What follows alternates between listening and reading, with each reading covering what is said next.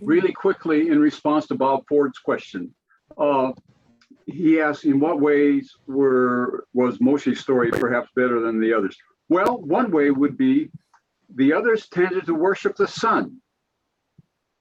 And the creation story says, no, the sun is not God. God made the sun.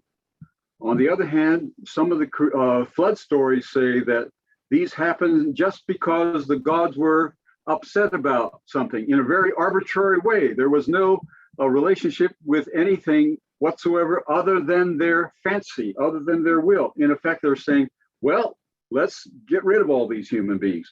Well, the Bible story connects its misfortunes to some kind of moral waywardness. Now, we wouldn't want to make that connection, but that's better than saying there's no reason at all. The gods just did it for the hell of it. So I think that's an advance. Okay, over to you, Forrest. Okay, I just would have to say that when you gave those stories of the different creation myths, I really liked the Babylonian. It was just more exciting to have Marduk killed Tiamat and all that. And it was really a good story, a lot better than just God spoke. So a little more exciting, but thank you for sharing those stories. Okay, I want to go to, I was going to say, Rodney, you're at bat. That's a baseball term, not a cricket term. Brian, thank you very much. I've got 4 theological dimensions that I want to put out there that interest me. And I want to start with an apology that I haven't read any of your books, although I have committed myself to do them. So I may be speaking here about things that you've covered in your book, and I apologize if that is the case. But my first point is that the character Moshe is a hearer and a listener, maybe not even a listener. He's positioned as a hearer and not a writer. My interest really is in who wrote the original stories of the flood, and particularly the Judeo-Christian story that we look at when the Hebrew people were not originalists. And there were at least 4 stories, as you would know. There's probably many more stories of the Mesopotamian flood that 3 of them were written before the Hebrew version. The Hebrew version ties in the God Yahweh. But David began to read this morning about the Nephilim. Adventists are very reluctant, I find, to read about and understand who were the Nephilim. And because in the context of that time, they were the gods and they were the demigods. It's the Hebrew story that puts Yahweh into the mix and as the one true kind of universal God. But that was not the context at the time. So I'm very interested in where would Moshe go to get wisdom and to get information. And as Forrest just mentioned, the first stories of the flood that I can find are the Babylonian stories, the Chaldean stories, but particularly the story of the Summa. And it seems that you have that addressed in at least one of your books, and they are very, very interesting stories, but they suggest, as you have done, that the geological record does not explain the formation of the earth and tie it to the flood. But they're positing that the earth was a pre-existing rock. God didn't create the earth with some kind of magical abracadabra fiat creation. If God was at play here, he used an existing rock. Therefore, the Tiamat story, the morphology of the planets, vis-a-vis the original stories that can be found written by the Summa, and then picked up by the Akkadians. So my mind is much more interested in not just being channeled into the Judeo-Christian version. The Christian version we get from the Hebrew, but the Hebrews weren't originalists here. They didn't write the original story. That collective memory came out of Mesopotamian stories. So I'm throwing kind of a a lot of stuff out there, but I'm really interested in where did Moshe get his information? You have him reading a scroll. I want to know what was actually on that scroll. Where did he get it from? Where did he get his wisdom? Where would he go rather than the marketplace to talk to his fellow nomadics? Where did he get that information from? Who wrote it? That's my search. You can jump in anywhere you like on that dialogue, Brian. And you can ignore it completely if you choose. I need to remind you, Rodney, that what we were attempting to do here was not to explore the flood story per se, but to explore how it had come to be used in Adventism as an explanation for things that were inexplicable in terms of a short chronology. Fair enough. But in answer to you did touch upon a couple of interesting points. Why are we insisting on hearers rather than readers?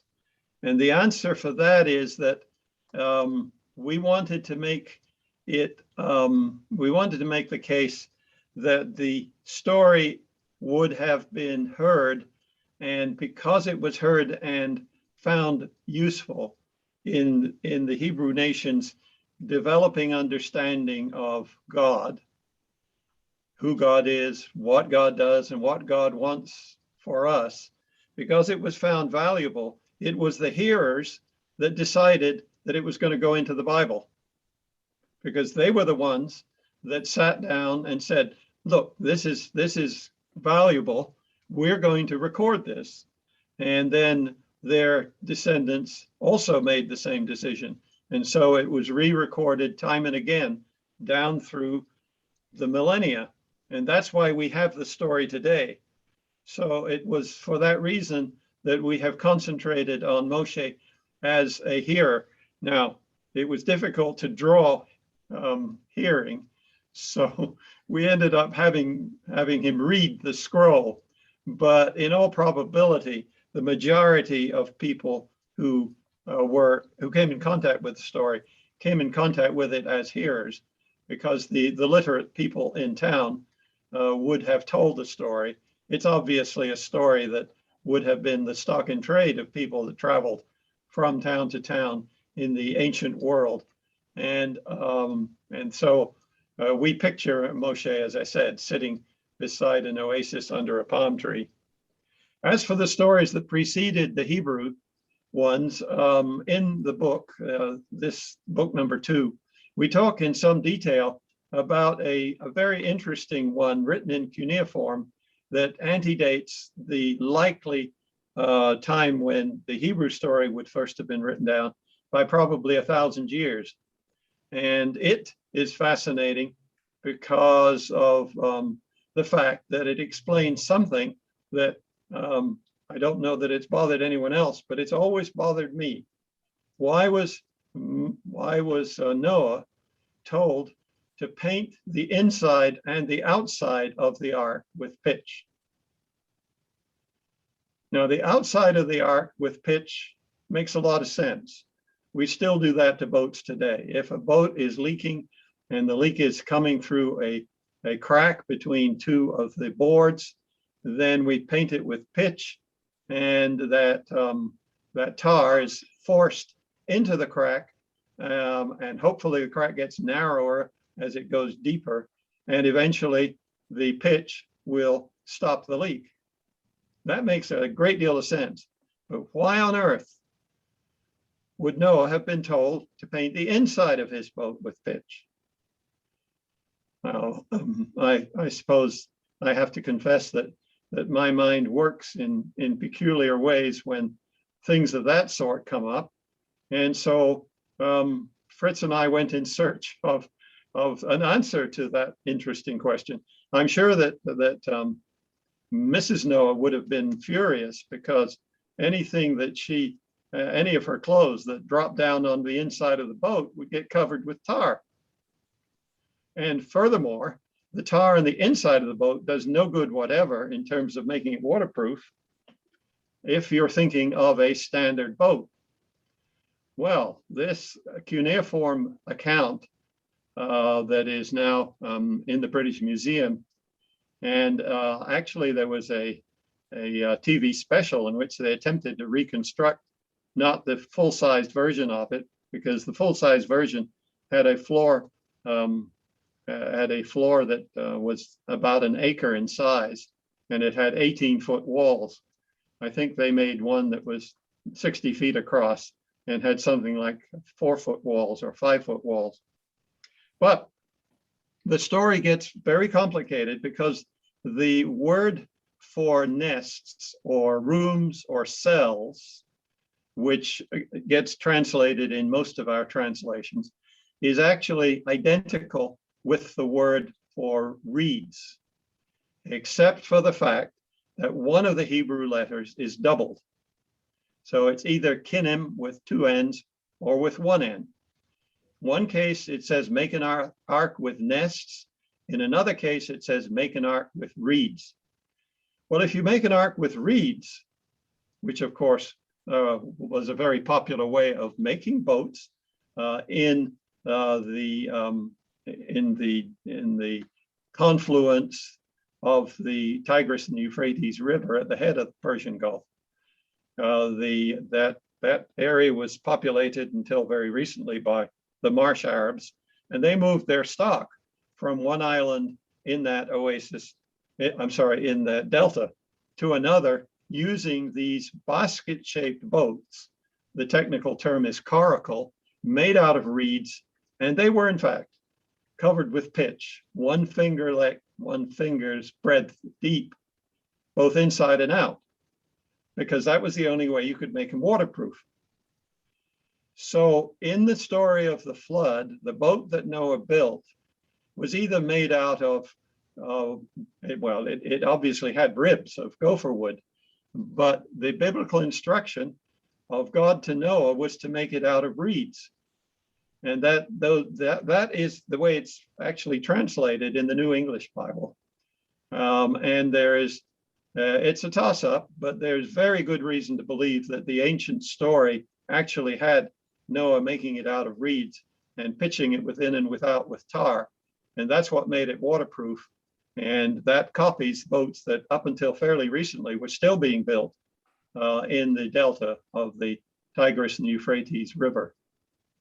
So this story, which precedes the Hebrew story by about 1,000 years and is written in cuneiform, does in fact confirm what you just said. And that is, there were lots of stories that preceded the one we have in our Bible. And this one has the interesting twist that it explains why Noah was supposed to paint the inside of his boat with tar. Yes, thank you, Brian. I've been to the British Museum and read everything I can get my hands on when it comes from cuneiform versions. And maybe you're making the point that I would make here is that as Christians and as Seventh-day Adventist Christians, we need to be cautious in tying ourselves to a single narrative. There's so many dimensions to the biblical flood story. And as I said, and I think you said, not an original story. There's much to learn. And some of it is fascinating. And you've just given a very fascinating dimension of it. But you and I could probably talk for several hours about other dimensions of this year. And I just encourage people to beware of tying into a very simplistic narrative when it comes to the flood story. Okay. All right. Thank you, Rodney. Thank you, Dr. Bull. I want to go to Peter now. Peter, you're up.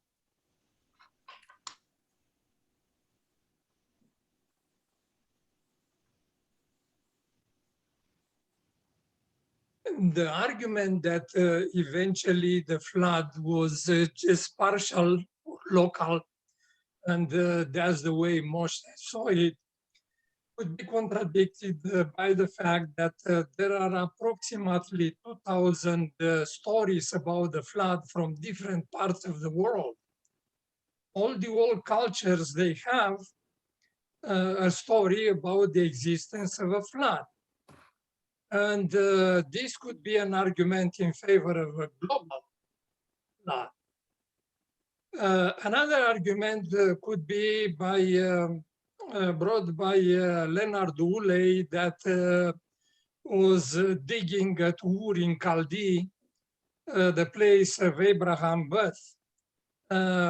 When he dug there, he claimed that he found the strata of the flood, and he argued in favor of a global flood. For me, an important argument in favor of a global flood is the fact that Jesus confirmed the flood as a global flood and produced by God, not natural causes or something else. Jesus is talking about people marrying and giving in marriage and living a good life without any worries, and the flood came and took them all. Then for me, this is the most important argument in favor of a global flood. The second problem that I want to bring in discussion is the existence of a race of giants. From what David read in the beginning, the giants are mentioned there, but I was wondering, how can we explain the fact that the giants existed not only before the flood, but they existed after the flood? The question could be, was Noah and his sons giants, and they produced somehow some giants? Because the giants are mentioned not only in Genesis before the flood, but a few examples.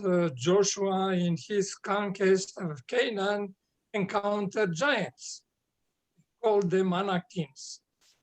And the Jewish historian Josephus Flavius, in his Antiquities of the Jews, is mentioning also the discovery of bones of giants. He made the trip to Hebron, and the people show him a lot of bones of giants. Then how can we explain the fact that the giants existed also after the flood?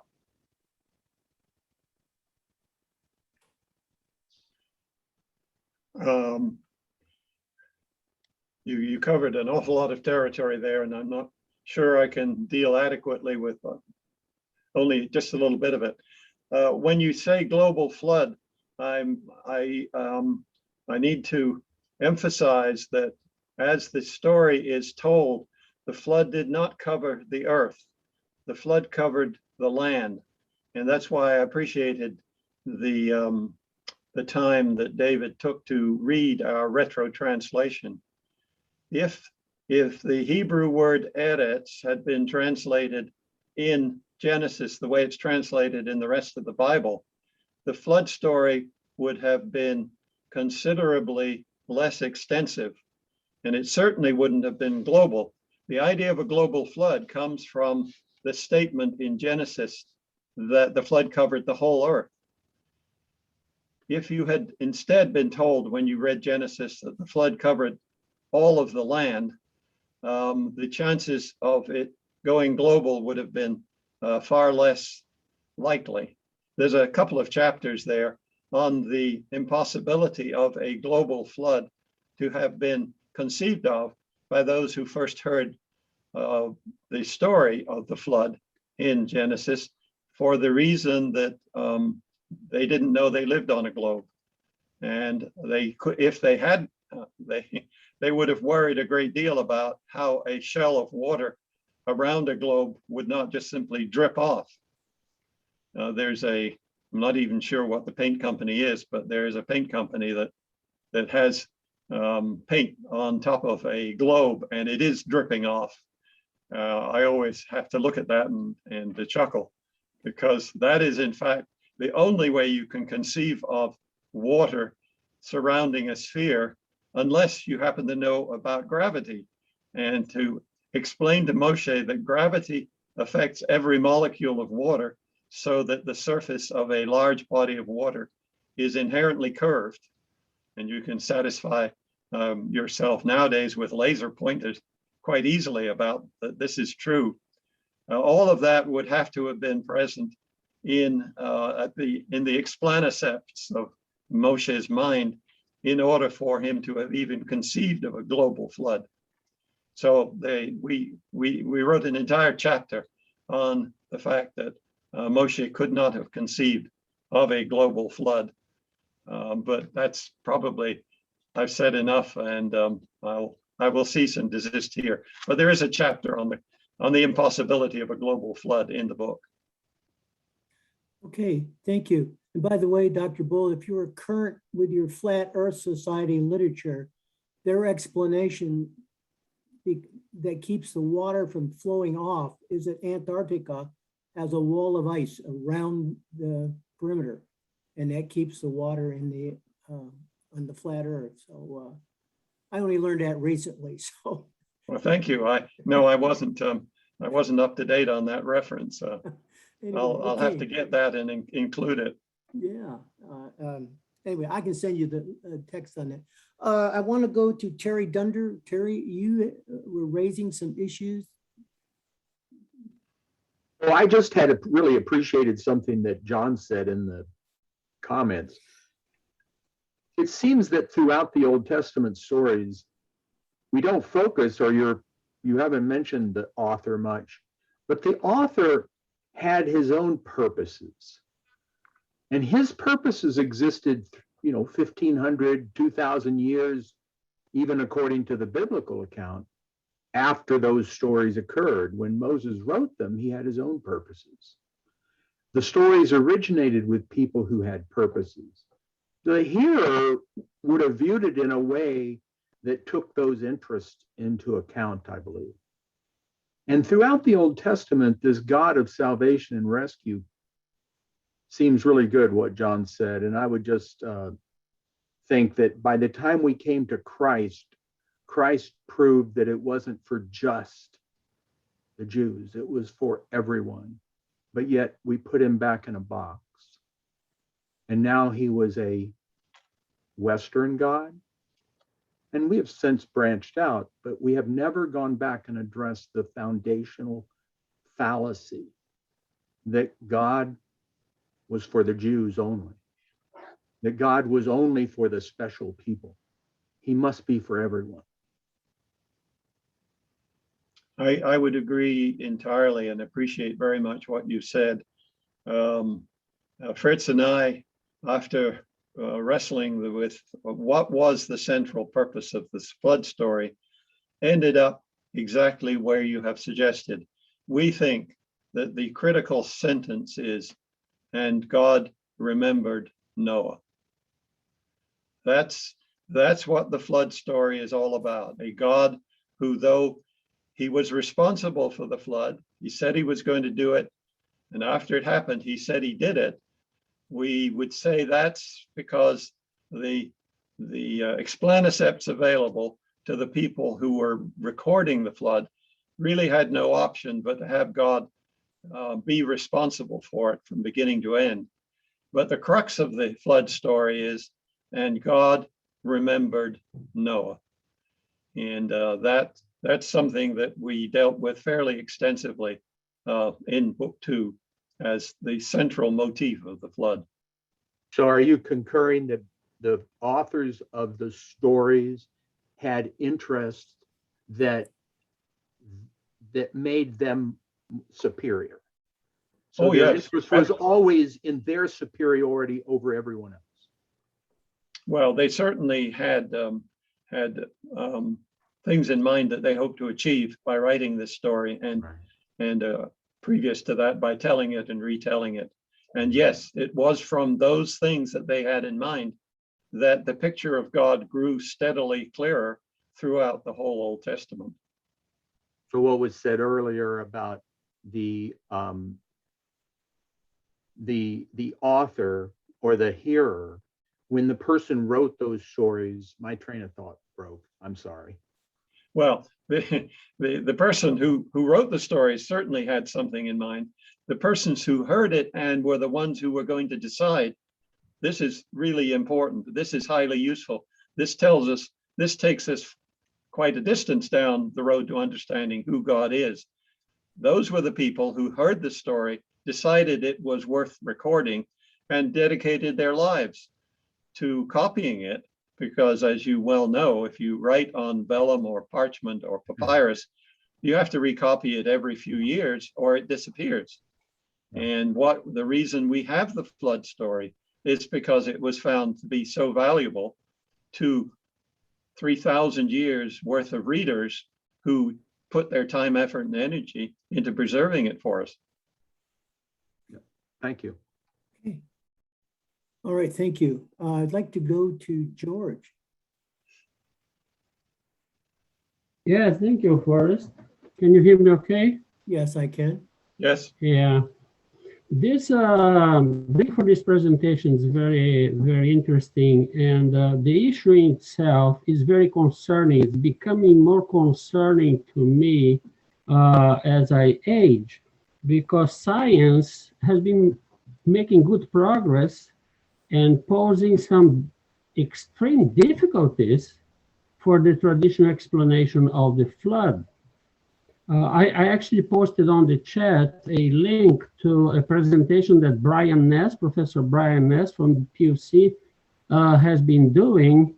And it's very, very disturbing that science is digging in issues that are complicating our traditional explanation. I wonder if the church or we are preparing ourselves for a different approach if science actually keeps challenging the traditional story as it's happening. What is your input on this issue? Well, the church has put a lot of money and time and effort and a lot of human capital into addressing the scientific imponderables that accompany the standard flood story. One of the things that we spend some time on in the book is actually to remind the readers that the flood story that we have as a single story is actually a very skillful blending of two stories. Now, we know that to be the case because there's two beginnings, there's two middles, there's two endings, and there's two summaries. And this is of interest because it tells us that the biblical record that we have, it gives us some insight as to how we got it. And clearly, at some point, there has been a very skillful editor that took two disparate accounts of the flood and blended them into what we have today. They didn't seem to worry too much about the fact that the blending can't be done perfectly. So in the flood story that we have today, Noah is by one deity told to take two members of each of the birds of the air into the ark. And in the other story, he's told to take 7 pairs. And since birds are not clean and unclean, that particular possibility is denied Noah. So depending on which story Noah was reading, he had some difficulty determining what to do in terms of the birds. Did he take 2 birds, a male and a female, or did he take 14? And the dilemma is never resolved in the story as it's come down to us. But if you look at the story closely, it's entirely easy to, it's entirely possible, I won't say it's easy, to reconstruct what the 2 original stories were, because there are 4 or 5 earmarks of one story that would distinguish it from the other. And you can do that for all of the verses except for about 4. And so we put those 4 verses that can't be at least we were unable to tell which story they belonged to. We put them in both. The verses don't change the story in any significant way. But otherwise, it's entirely possible to separate the original two stories of the flood.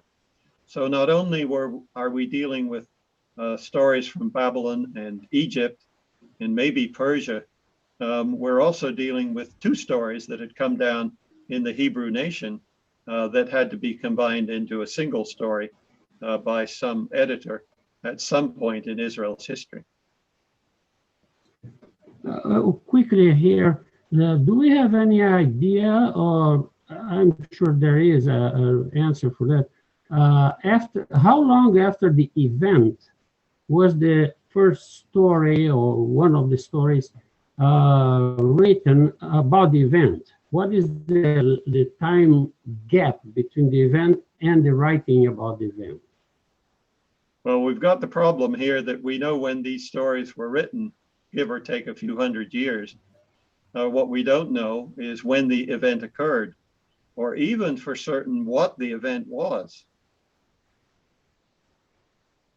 Okay. Yeah, it's very problematic, this issue, and it's a challenge. Thank you. I appreciate it. Have a good day. Thank you, George. I'm going to go to David V now. David? Yes, hi. It's been observed in modern times, I understand, that a catastrophic flood can, through rapid sedimentation, create something like the formation of a geologic column. So my question is the particular layering of the microfossils that somehow cannot be explained by a global flood a kind of deal breaker here? To put it more directly, does this suggest that there was actually no flood, or that it could not have been a worldwide flood necessarily? You ask a penetrating question that that has perplexed several of us who have adopted geology as a hobby. And yes, in answer to your question, the microfossils are characteristic of each layer.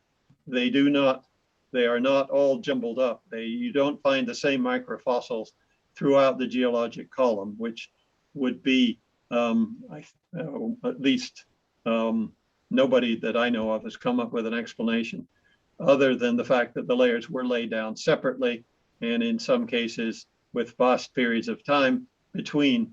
The layers themselves, in some cases, clearly were laid down very quickly, particularly layers that consist of volcanic ash, and layers that consist of riverine deposits and things like that.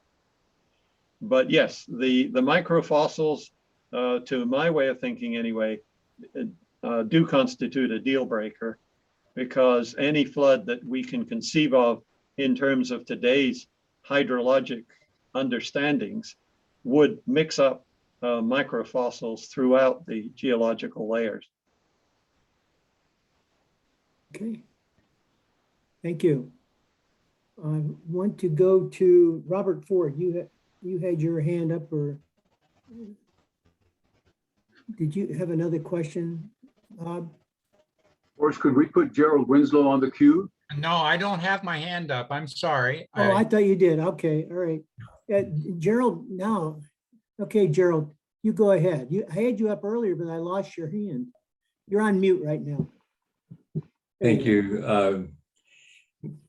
I don't really have that much to add other than to say thanks to Brian and Fritz for, I think, prompting us to do the kind of theological reflection that we need to do in order to be Christians in the 21st century.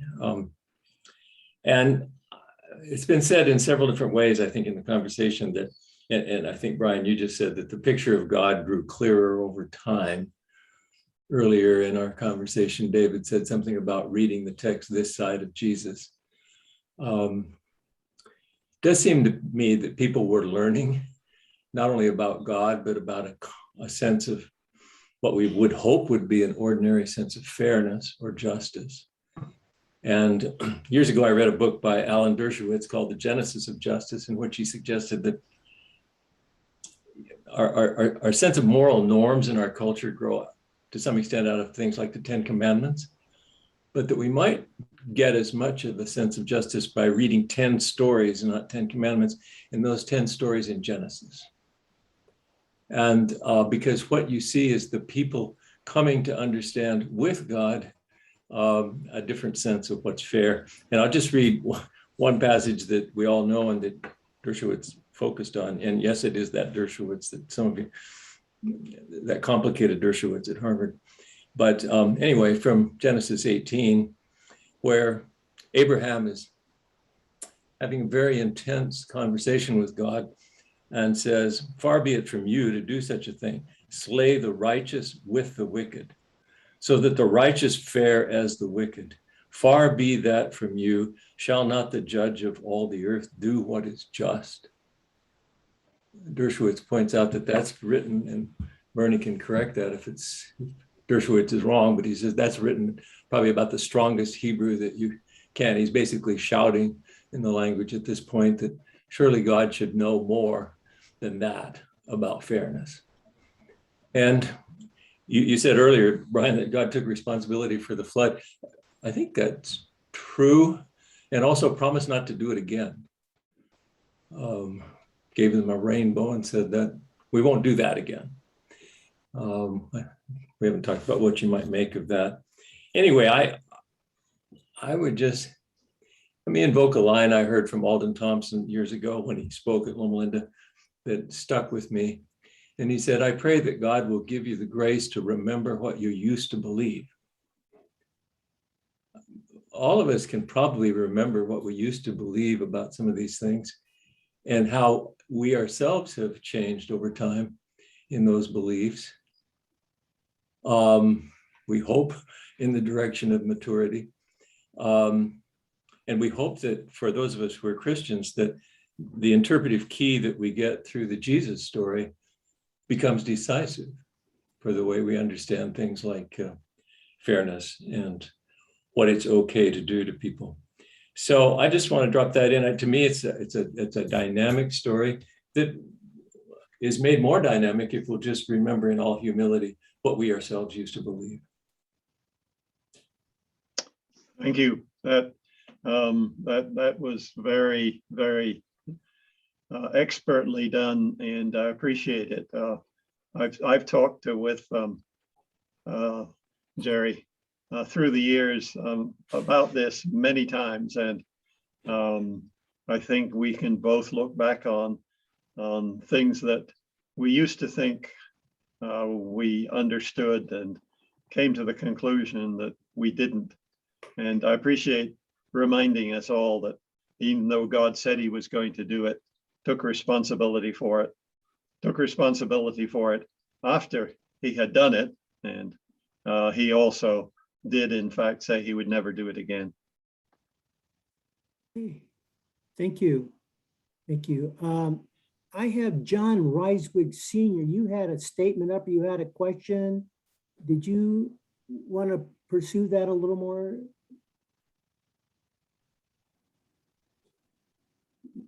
Unmute yourself, John. There you go. I just have always put these in along with the Sodom and Gomorrah story as rescue stories and God's salvation to me instead of judgment stories. And I'm sure that Moshe would have considered it a judgment story, but Eon would consider this a rescue story of God. We would definitely hope that that would be the case, but it would be useful if Ian wouldn't say for geological anomalies, well, the flood must have done it. Yeah. Okay, thank you very much. I have several questions, Dr. Bull, but I want to try to stay on the theme. And you're talking about Adventism and flood geology. I know there's millions of Christians who have no problem with flood and the creation myths, but Adventists seem to struggle. And is that because of white and not the Bible itself? Well, I'm a scientist. I'm not a historian. So the only comment I could make on that would be just sort of a personal guess. I think probably that the early involvement of Adventism in literal 7-day creation week started because of the connections with Sabbath, and George McCready Price got involved fairly early too, and the result of his involvement led us down the path of creationism and flood geology, and we are still pursuing that as near as I can tell. Certainly, it would suggest that from the way the fundamental belief number 6 was recently revised. It was taken for granted that the history of life on Earth is very brief, that all living things came into existence together, and that if there's problems with that, the flood presumably will provide the answers. I think we're still pursuing that. That's one of the reasons why those of us that had the privilege of visiting the latest creation museum created by the Adventist Church in the Galapagos Islands were very gratified to see that none of those things were actually mentioned in the legends to the museum exhibits. All that was said was that this should inspire in the viewer a sense of awe, and wouldn't it be much more reasonable to believe in God's creative activity than to believe that this happened by chance. That, I think, is a very profitable direction. I hope it indicates that that's the direction that the church may be going in. Okay, thank you. Eduardo. Thank you, Forrest. Brian, remember that we helped you to translate your Bible at Dr. Taylor's class? Oh, yes, I remember that well. Maybe I'm going to repeat myself, but I have two problems with science. One is that if the text tells you that it covers all how gravity can allow a local flood that covered the mountains, because the gravity has the tendency to let the water run on the space available. And the other problem that I have is erosion. Loma Linda is near to the St. Gabriel Reservoir, which contains 3 dams. They clean it up after 60 years, and they pull out 20 million cubic yards. How the planet can sustain that kind of erosion in millions of years? Because we know also that the hurricanes carry millions and millions of cubic yards of debris. So how can the Earth sustain this kind of erosion, measuring the amount of debris that it goes all the way to the ocean every year? That's my 2 concerns. Can you comment about it? Yes, I'll give it a try, and they're interesting questions. The first question is how could there be a local flood being described in the Genesis account, which covered the highest mountains?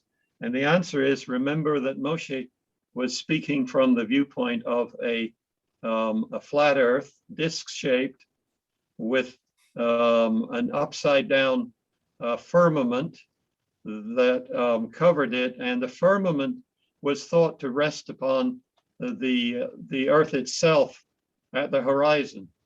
And so presumably those who listened to the story pictured this sort of protected place in which God had created on day 2 of creation, when he created the firmament that overarched the land, that this filled up with water to whatever depth was necessary to cover whatever mountains that they knew about.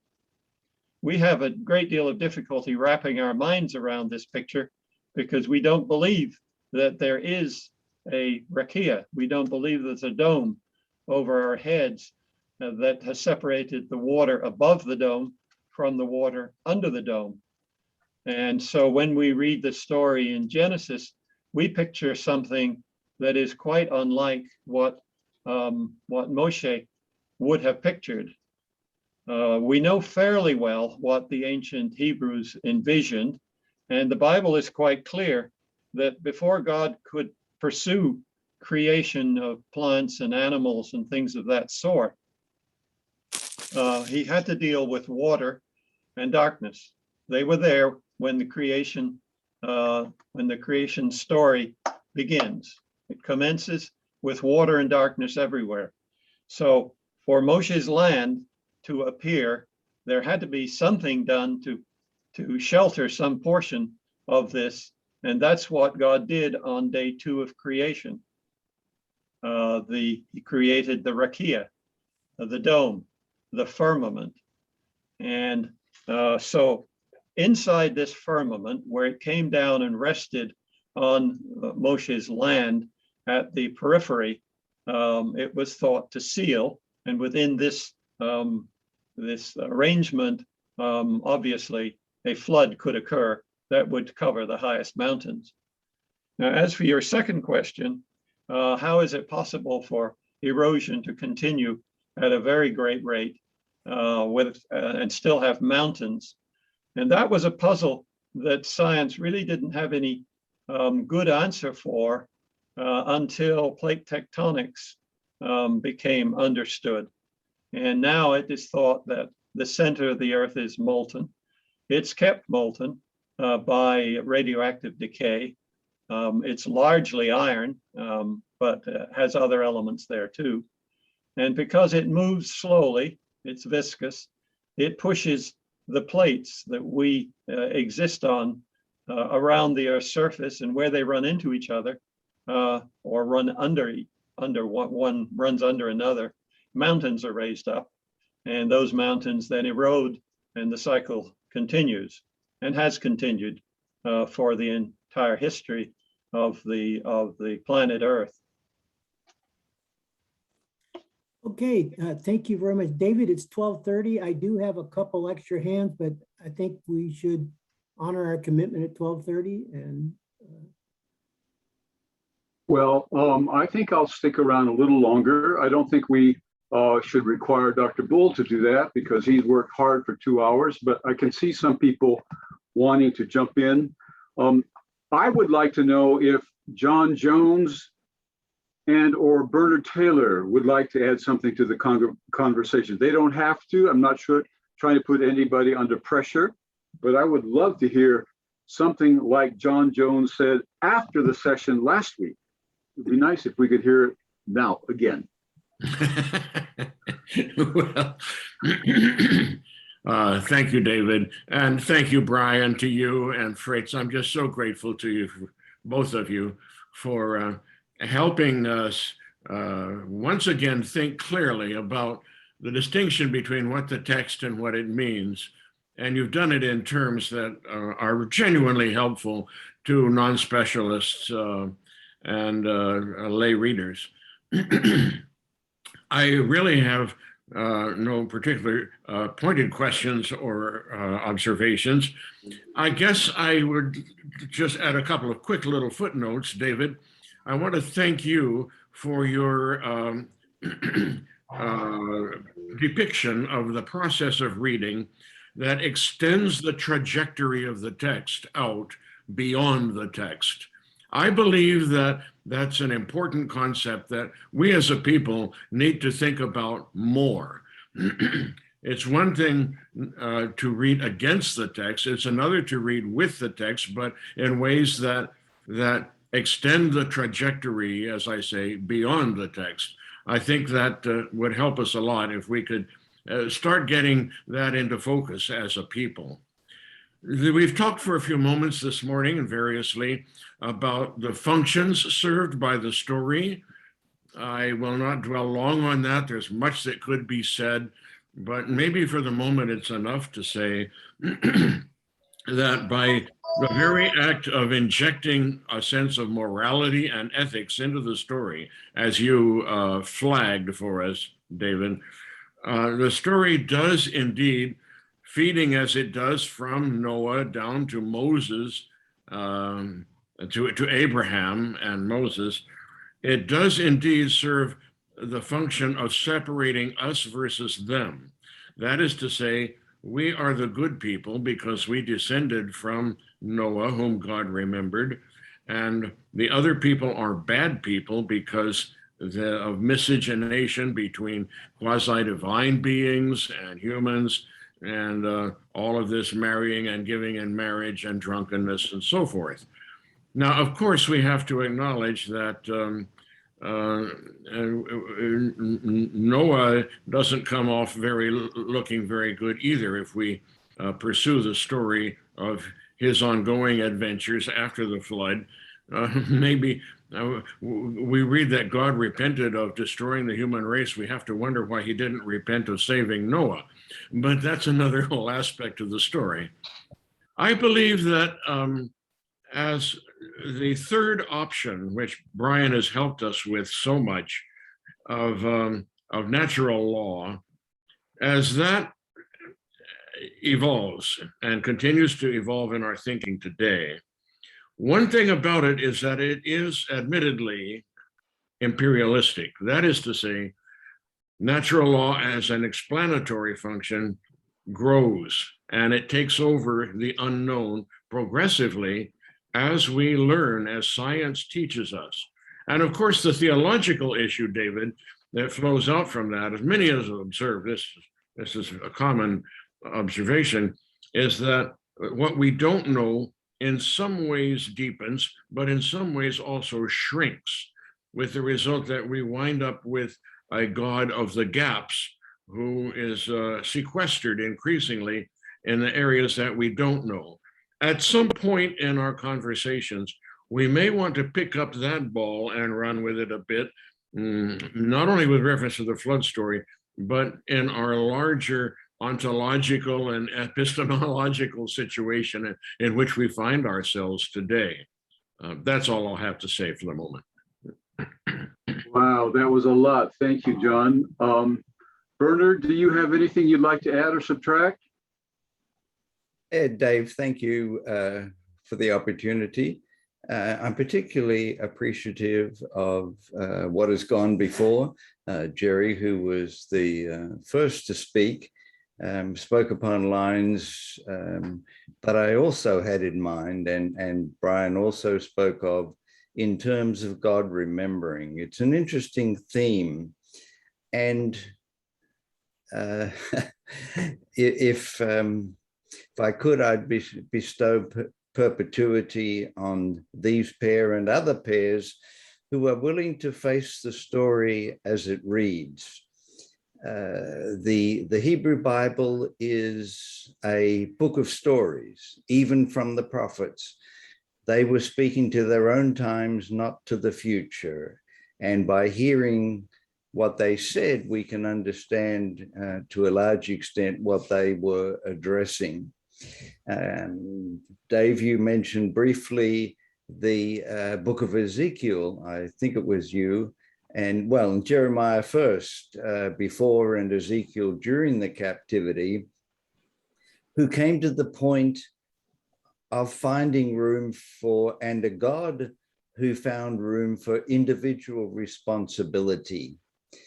And all that went before was trying to help them to think as a nation and how to be and how to live. They asked the question, where did we come from? Where did Abraham come from? And we have the first 11 books. A little bit of that we explore in this series, and it's helpful.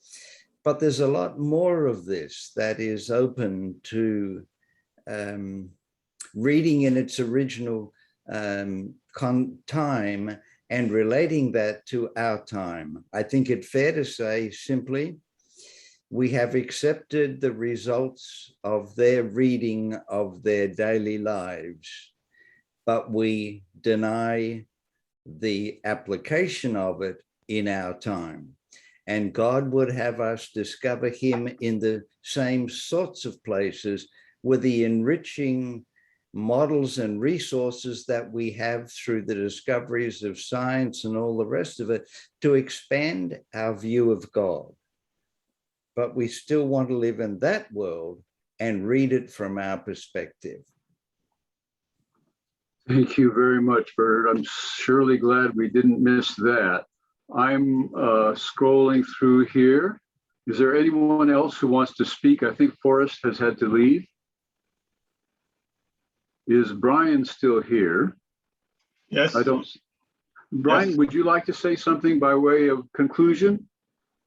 No, I appreciate the direction that you have guided us in this discussion, and want to thank those who have listened and responded.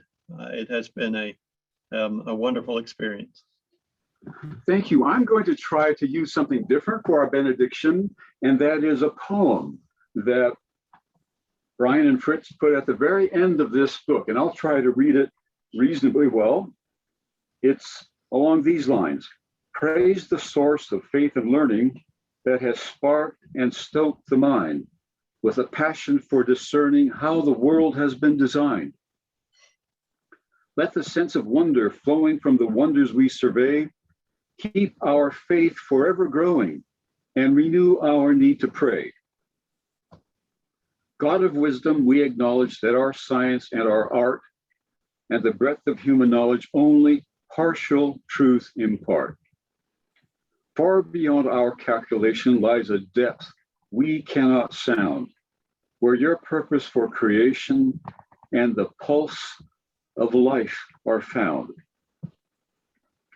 May our faith redeem the blunder of believing that our thought has displaced the grounds for wonder which the ancient prophets taught.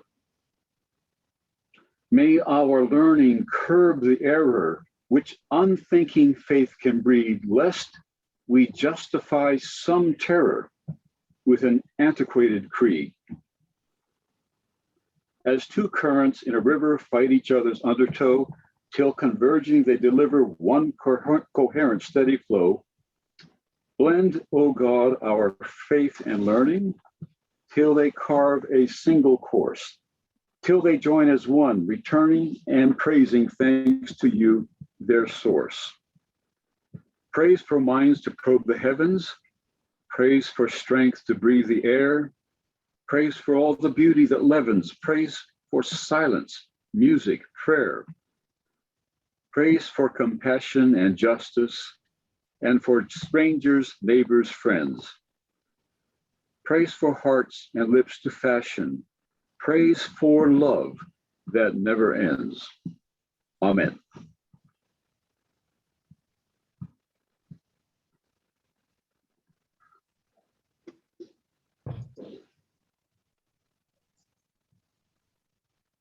Bull.